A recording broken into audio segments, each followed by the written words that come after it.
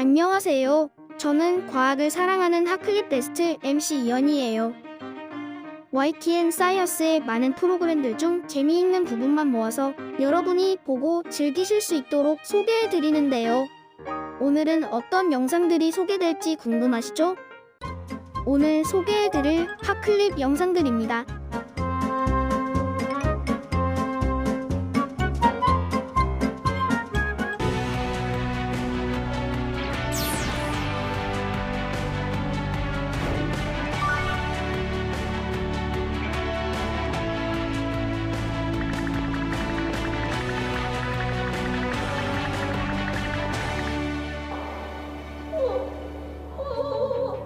우와. 우와. 이게 인공위성으로 사진 촬영한 거예요? 네, 맞아요. 인공위성으로요? 네, 인공위성으로 촬영했는데 이 사진들은 실제 우리나라 인공위성들이, 우리나라가 직접 만든 인공위성들이 촬영한 영상들이에요. 인공위성이 뭐 단순하게 사진 촬영 기능만 하는 게 아니라 기상 관측이라든가 GPS라고 많이 들어봤죠? 네. 네, 위치 정보를 알려주기도 하고요. 그리고 최근에는 중국의 그 원유, 우리 흔히 말하는 기름, 그 탱크의 위치를 다 사진으로 찍어가지고 중국이 도대체 원유를 얼마나 갖고 있는지 뭐 그런 현황까지도 파악을 하고 있다고 그래요.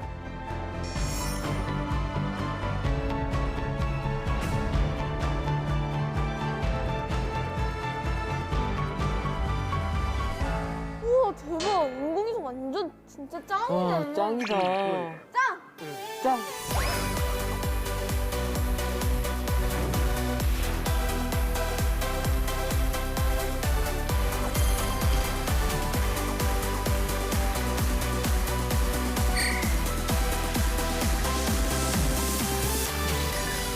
하영아, 너는 달에 가면 뭘 하고 싶어? 에이 당연히 셀카 찍어서 인증해야지.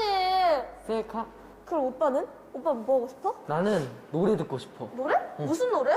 나는 아무 노래나. 아무 너는? 노래? 나는 Dreams are not reality. You got me. 난 너를 보며 꿈을 꿔. BTS 노래다.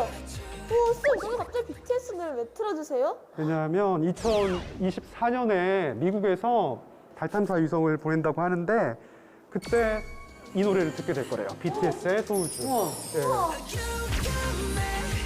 난 너를 보며 꿈을 꿔. I got you. 지륵 같은 맘들 속.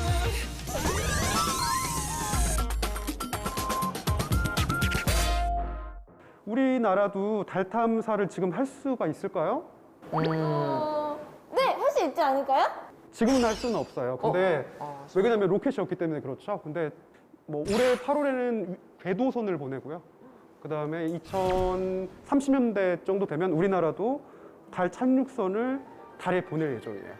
우와. Fly me to the moon and let me play amongst the stars. Let me see what's 여러 나라들이 우주 개발에 특히 달 개발에 많이 참여를 하고 있는데 우리나라도 뒤처질 수 없겠죠. 네, 우리도 뒤질 수 없다. 우리도 빨리 해내자. 화이팅!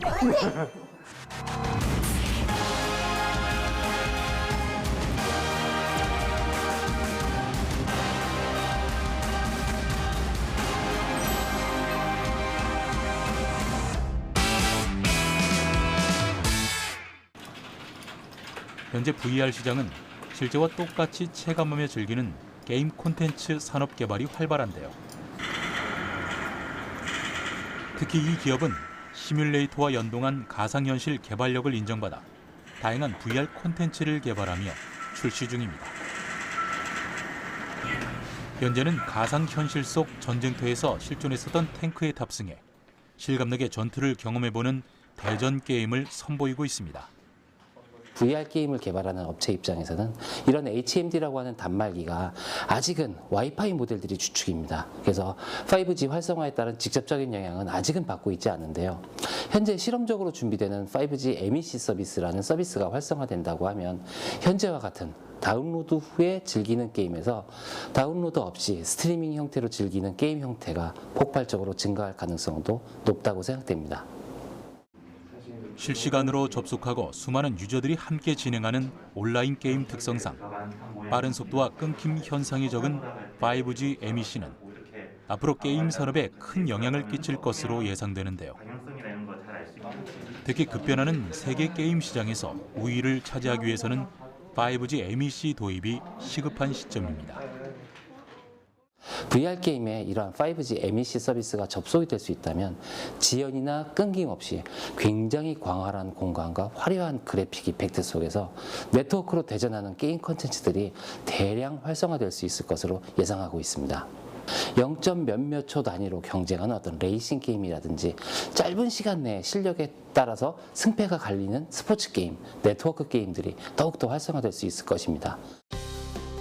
현재 통신 시장은 통신 서비스보단 초고속, 초저지연 등 MEC에 특화된 5G의 특성이 가미되어 스마트 팩토리, 스마트 오피스, VR 서비스 등 5G 융합 서비스가 큰 축으로 성장할 것으로 내다보고 있습니다.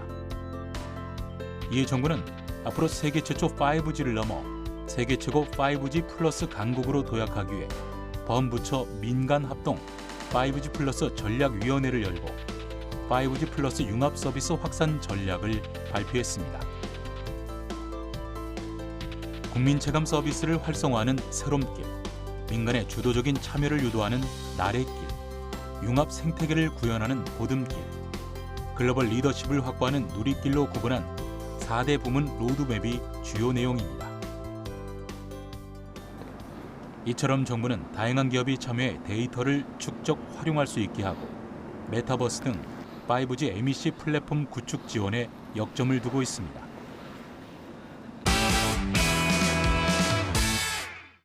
아무리 멀리 있어도 전화 한 통이면 오케이. 전화와 사진, 게다가 음성과 화면을 실시간으로 주고받는 영상 통화까지. 발전하는 시대 속에서 다양한 정보를 주고받는 통신은 수학과 뗄래야 뗄 수 없는 인연을 가지고 있다는데요. 그럼 지금부터 통신 속 수학으로 시그널을 한번 보내볼까요? 나와라 오버, 나와라 오버.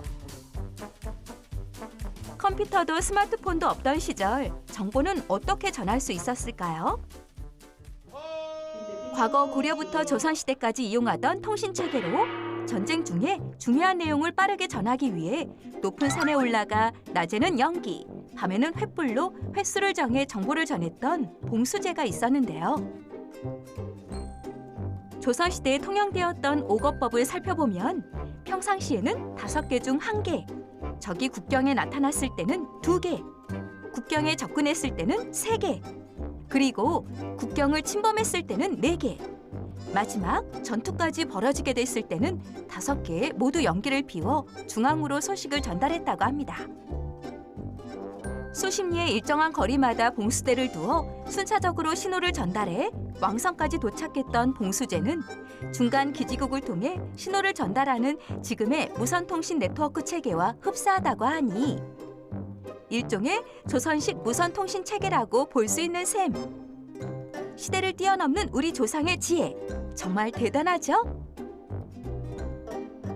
그렇다면 사람들의 삶의 지식을 기록으로 남기는 글은 어떨까요? 전달할 정보의 양도 많아지면서 수학적 원리가 활용된 새로운 정보 전달 기술도 발전하게 되었는데요. 책이나 편지라든지 이런 글로 인쇄물을 남기기 위한 방법으로 나무로 만든 목판활자가 생겨나서 점점 이것보다 더 튼튼하고 많은 양의 인쇄를 할 수 있는 금속활자가 생겨나게 되었습니다. 많은 정보를 주고받을 수 있는 해결사가 나타났으니 바로 금속활자. 책 한 권을 베끼는 데 2달이나 걸리던 시간을 금속활자는 일주일에 500권을 만들 수 있도록 단축할 수 있었답니다. 금속활자에는 대칭의 원리가 적용되는데요.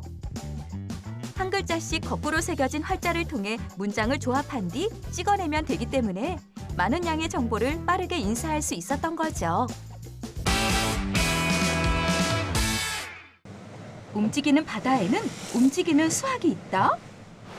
해안가의 바닷물을 가만히 보고 있노라면 바닷물이 한 방향으로 항상 움직이고 있다는 사실을 알 수 있는데요. 이런 바다의 움직임 속에 수학이 숨어 있답니다.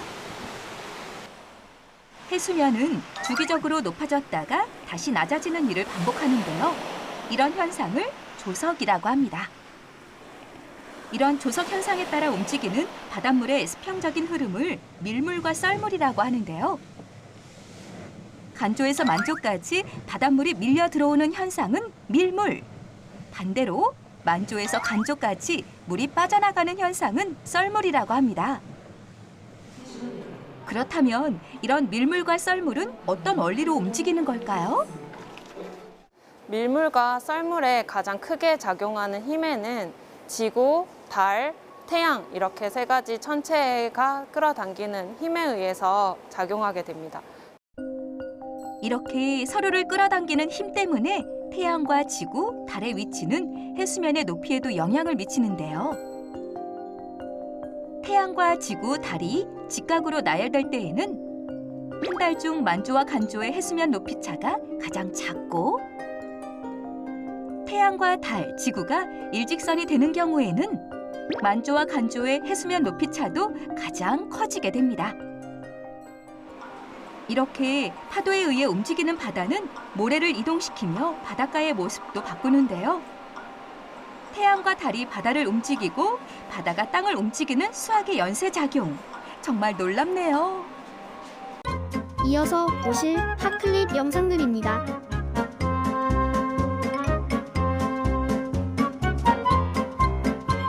태양을 이렇게 직접 보면 안 돼요? 여러분 지금 보셨을 때 어때요? 눈이 어땠어요? 아팠어요. 아팠죠. 우리가 태양을 맨눈으로 계속 보면 눈이 크게 다칠 수가 있어요. 그래서 태양을 볼 때는 어떤 걸 사용했냐면 이걸 사용할 거예요. 운접가만 아닌가요, 저거? 저건 태양 마스크라고. 맞아요. 태양 마스크. 한번 써볼까요? 네. 자, 우와. 너무 여기 태양 봐봐. 네, 저렇게 저렇게 보여요. 보여요. 맞아요. 와, 신기하다. 낮에 해를 저렇게 보는구나. 네. 우리가 태양 볼 때는 항상 이렇게 빛을 줄여주는 도구를 사용해서 우리가 봐야 돼요. 그래서 태양 마스크나 아니면은 전용 태양 필터 같은 빛을 줄여주는 거를 사용해서 봐야 안전하게 우리 친구들이 볼 수 있어요. 박사님, 저희 이렇게 태양을 보는 것도 좋지만 좀 더 태양을 크게 볼 수 있는 건 없어요? 충분히 가능합니다. 진짜요? 네, 그래서 제가 오늘 태양의 민낯을 한번 여러분께 보여드리도록 할게요. 그러면 저랑 같이 한번 가보실까요? 네.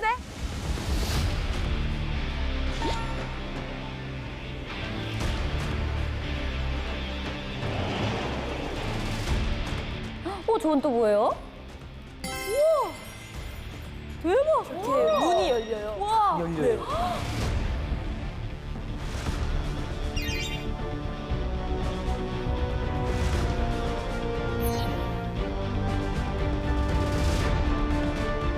자, 우리가 아까 전에 봤을 때 표면이 어땠어요? 그냥 매끄러워 보였어요. 자, 우리가 막 눈으로 봤을 때는 매끄럽게 보이겠지만 망원경으로 보면은 다른 게 보여요. 태양이 원래 실제로는 점박이거든요. 점이요? 이가요? 민소희 아니에요, 민소희? 왜 너는 나를 만났어? 왜 나를 아프게 만들어주는데 왜 날 울리니? 네. 그래요. 자, 우리가 점이라고 했는데 태양 표면에 있는 점을 흑점이라고 불러요. 그래서 그런 것을 한번 있는지 없는지 오늘 관측을 한번 해볼 거예요. 한번 볼까요? 네. 여기다 대고 보면 돼요. 선생님. 네. 이거 고장난 것 같은데? 고장났다고요? 다 초록색으로 보이는데?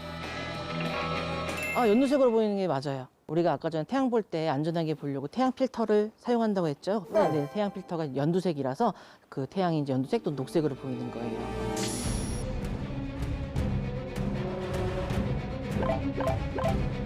저기 뭐 점이 있네요? 태양의 흑점은 여러 가지 이론이 있는데 우리가 이제 태양 자기장 때문에 주변보다 온도도 낮고 그리고 밝기도 어둡기 때문에 우리가 검은색 점으로 보이게 됩니다. 그래서 원래는 흑점이 우리 까맣게 보였지만 원래 걔만 따로 딱 떼다 보면 원래 붉은색이거든요.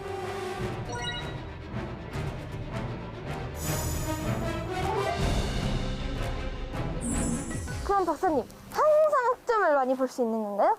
그런 건 아니에요. 태양도 이제 지구처럼 스스로 돌거든요. 네. 그래서 그 위치를 흑점이 계속 이동을 해요. 그리고 흑점이 항상 이제 많은 게 아니라 이게 또 주기를 가져요.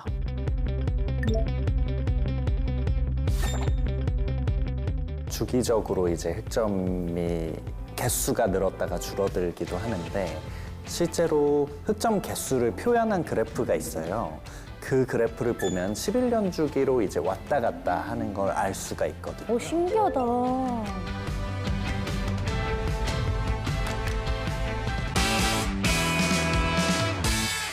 왜 어떤 과학은 연구되지 않는가? 즉, 언던 사이언스의 문제입니다. 제가 공부하고 있는 분야는 과학기술 사회학이라고 여러분들한테는 조금 생소할 수도 있는데 과학기술과 사회의 관계를 연구하는 학문이라고 생각하시면 됩니다. 보통 우리가 어떤 과학이 앞으로 중요한 주제가 될지 또는 어떤 기술이 등장할지 즉 어떤 과학이 연구되고 또 개발되는가에 대해서는 많은 관심을 가지지만 왜 어떤 연구는 이루어지지 않는가라는 이런 주제는 사실 잘 다루어지지가 않죠. 그래서 오늘 제가 이 주제를 여러분들에게 한번 처음 소개를 해드리고자 하는데 대개 이런 과학기술이 얼마나 중요하고 미래에 어떤 우리에게 혜택을 가져다 줄지에 대해서는 굉장히 많은 이야기가 이루어지고 또 연구도 많이 이루어지고 있지만 윤리, 환경 이런 등등의 문제는 왜 연구가 안 될까? 여기에 대해서 저와 같이 과학기술 사회학을 연구하는 일단의 학자들이 이런 것은 단지 우연적인 문제가 아니라 체계적으로 지식이 만들어지지 않는 즉 체계적인 지식의 비생산이라고 하는 구조적인 측면에 대한 이야기를 하고 있습니다. 언던 사이언스는 말 그대로 연구가 되지 않는 과학의 문제점, 그래서 언던 사이언스 프로브럼이라고 합니다. 즉 수행되지 않은 과학의 문제라고 얘기할 수가 있겠죠. 그렇다면 왜 이런 일이 벌어졌을까? 그 원인을 한번 구조적인 측면에서 살펴보기로 하겠습니다. 가장 큰 부분은 상업화의 문제라고 얘기할 수 있어요. 상업화라고 한다면 이제 커머셜라이제이션이죠. 우리나라에는 너무나 익숙한 말입니다. 사실 상업화 자체가 나쁜 것은 아니죠. 그렇지만 문제는 1980년대 이후의 상업화의 양상이 그 이전과는 굉장히 그 구조적인 측면에서 아주 그 깊이나 폭에 있어서 전례를 찾을 수 없을 만큼 심각해져서 말하자면 돈이 되지 않는 과학은 잘 연구되지 않는 아무리 그것이 안전이나 윤리, 젠더 등등 생태 이런 문제 중요한 주제라고 하더라도 연구비가 투자되지 않으면 연구될 수가 없겠죠. 그래서 이것을 자본에 의한 포획이라고 얘기합니다. 웨스 레들레 소아 백신이라고 하는 어린아이들에게 맞히는 백신이 FDA를 통과해서 여기에서 통과가 됐기 때문에 모두들 안전성에는 문제가 없을 거라고 생각을 했는데 불과 1년 만에 시장에서 다 회수가 됐습니다. 그리고 어린이들이 100명 이상이 아주 심각한 장 폐색, 장이 막히는 그런 증상에 걸려서 조사를 막 해봤어요. 그랬더니 이 특허를 인정해준 즉 시장의 그 출시에도 좋다라고 허가를 해준 FDA와 질병통제센터 CDC의 자문위원회가 해당 백신 제조업체와 연루된 그런 사람들로 채워져 있다는 사실이 밝혀졌습니다. 이런 걸 가리켜 이해상충, conflict of interest라고 합니다. 최근 우리나라에서도 이런 얘기들이 많이 나오고 있죠. 자기가 심사를 하는데 자기가 해당되는 기업과 어떤 이해관계가 있다면 안 되겠죠. 이런 부분들이 바로 이 상업화가 너무 심각하게 진행이 됐을 경우에 이런 어떤 공공성, 아무 죄도 없는 어린아이들이 그 피해를 입게 되는 바로 이런 것들이 지나친 상업화의 문제점의 이제 첫 번째 문제점이라고 할 수가 있겠고요. 방사광 가속기와 관련해 세계적 음악가 베토벤의 일화가 유명한데요. 베토벤이 사망한 후 그의 머리카락을 방사광 가속기로 분석한 결과 정상인의 100배나 되는 60ppm 납이 검출돼 그가 납 중독으로 사망했다는 사실이 밝혀진 겁니다. 유명 화가인 반고흐의 일화도 있습니다. 반고흐는 돈을 아끼기 위해 자신의 그림에 덧칠을 하곤 했는데요. 방사광 X선을 통해 원본 훼손 없이 숨어있는 색깔을 찾아내 그의 작품 밑에 숨겨져 있던 한 여인의 초상화를 복원해낼 수 있었습니다. 이처럼 방사광 X선을 통해 아주 작은 나노 세계에서 일어나는 현상까지 정밀하게 관찰할 수 있는 건데요. 일반 현미경으로 볼 수 없는 단백질의 구조나 세포의 움직임까지 실시간으로 볼 수 있게 해주는 방사광 가속기. 생명과학과 신약 개발뿐 아니라 소재 부품 산업의 원천 기술을 개발하는 데 필요한 핵심 시설로 손꼽히고 있는데요. 현재 우리나라에서는 이미 경북 포항에 2기의 방사광 가속기가 설치돼 운영되고 있습니다. 첫 번째 방사광 가속기는 원형 방사광 가속기로 3기가 일렉트론 볼트의 전자빔을 저장링에 가두어서 앞서 말씀드린 것과 같이 다수의 실험을 수행할 수 있는 시설입니다. 그와는 달리 최근에 건설하여 운영되고 있는 선형 4세대 선형 방사광 가속기의 경우에는 엑스레이 레이저를 발생시키게 됩니다. 그 엑스레이 레이저를 이용하여 매우 정밀한 시분해 실험 혹은 산란 실험, 이미징 실험을 수행하는 것을 목표로 건설된, 구축된 특수 목적 방사광 가속기라고 생각하시면 될 것 같습니다. 3세대 원형 방사광 가속기와 4세대 선형 방사광 가속기. 두 가속기의 차이점은 가속기에서 쏘는 빔의 크기가 다르다는 건데요. 만약 같은 머리카락 단면을 본다 하더라도 4세대 가속기가 수천 배 이상 크고 선명하게 볼 수 있는 것이죠.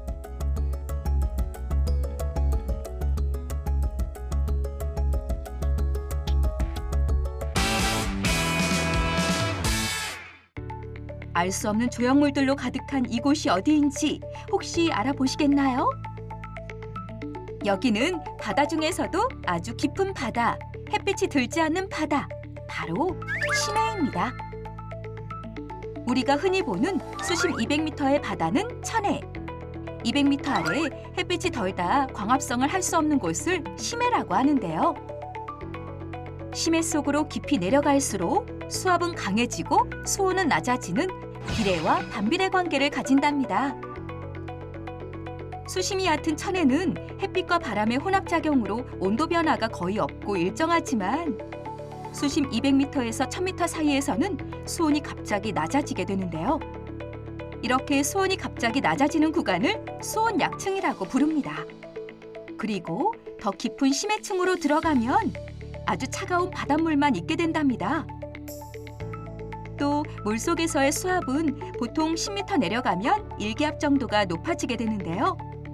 그래서 깊이가 30m라면 약 3기압, 200m에서는 약 20기압이 작용하게 되겠죠?